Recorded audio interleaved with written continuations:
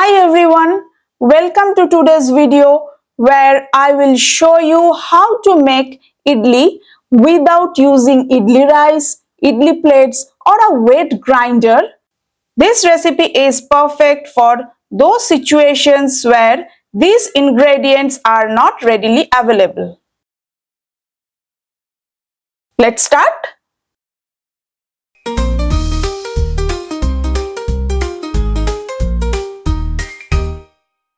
To a bowl, I am adding 4 cups of broken basmati rice,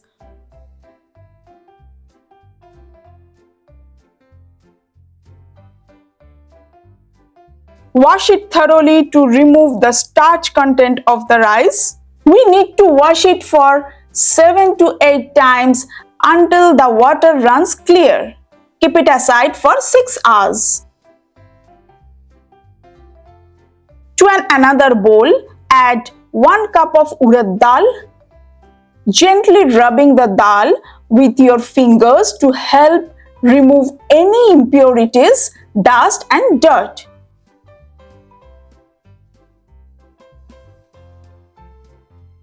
Keep it in rest for 6 hours. In a separate bowl, combine 2 tablespoons of cooked rice, 1 teaspoon of methi seeds,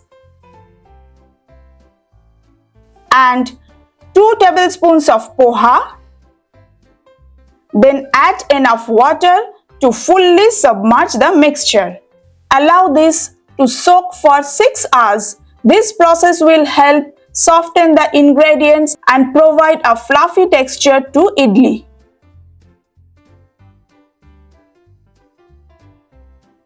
Now it's time to grind all the ingredients separately. First, I am grinding Urad Dal to a blender. Add a small amount of water and then blend until we achieve a smooth and creamy consistency. Next, I am going to grind soaked rice. Transfer the soaked rice to a blender. Grind the rice to a coarse rava-like consistency, ensuring not to overblend it into a fine paste, as this will make the final dish hard and dense. Once done, mix the ground rice with Urad Dal paste. Lastly, blend the mixture of boiled rice, poha and methi seeds together until we achieve a smooth texture. Once blended, add this mixture to the previously prepared Urad Dal and rice batter.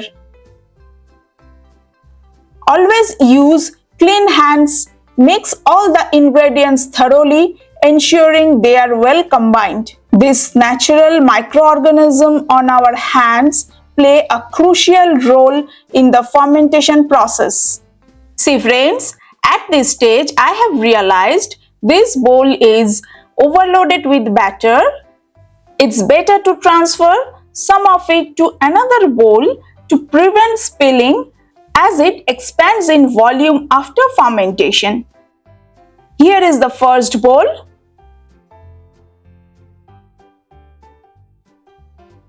This is my second bowl. I am done with mixing. Now cover it with a lid and keep it in rest for 8 hours to get fermented. You can see friends, the batter has been doubling in size and becoming fluffy, light and airy. It indicates successful fermentation. Mix it thoroughly for getting a uniform texture.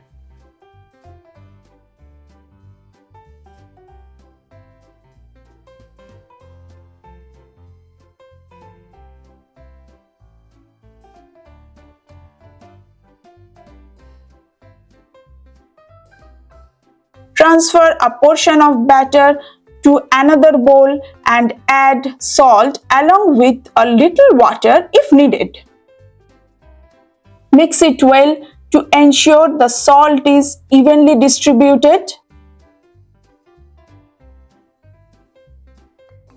Grease the steel bowl with a few drops of oil or ghee to prevent sticking. And you can use any type of bowl available, such as flat or round. based on your preference or convenience. Ensuring the surface is well coated for easy removal. Fill the greased bowl up to about 3/4 of its capacity with the batter, allowing enough space for it to expand during steaming without overflowing.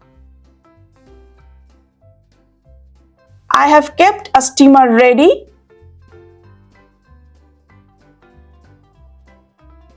Place the batter and cover it with a lid for 12 minutes. After 12 minutes, keep it in rest for 3 minutes. Release it from bowl with help of a knife or spoon. You can see, friends, our idli is coming out so easily.